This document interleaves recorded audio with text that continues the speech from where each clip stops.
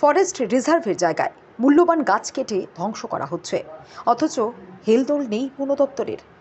বনদস্যুরা নিজেদের স্বার্থ চরিতার্থ করার জন্য প্রাকৃতিক সৌন্দর্যে ভরা বনভূমি ধ্বংস করে দিচ্ছে। শাল সেগুনের মতো মূল্যবান গাছ কেটে সাফ করে দিচ্ছে। এমন এক ঘটনা ধরা পড়ল চড়িলাম ফরেস্ট রেঞ্জের আওতাধীন গোলাঘাটি বীরচন্দ্রপাড়া শ্যামনগর যাওয়ার রাস্তার পাশে।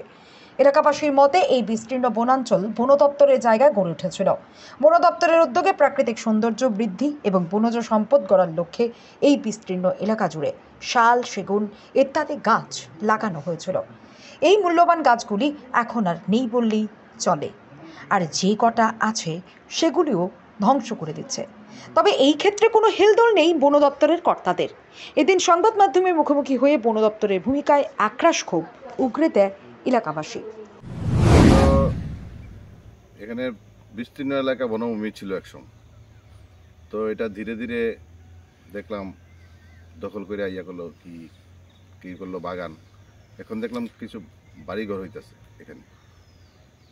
আর সবচেয়ে দুর্ভাগ্যের বিষয়, প্রচুর গাছ মূল্যবান, এই শাল, সেগুন, এই গাছগুলি আপনি নিজে দেখতে পারবেন গেলে প্রচুর গাছ এখানে কাটা হয়েছে। ফরেস্টের জমি এখানে একসময় ফরেস্টের অফিসও ছিল একসময়, আজকে থেকে 20-25 বছর আগে।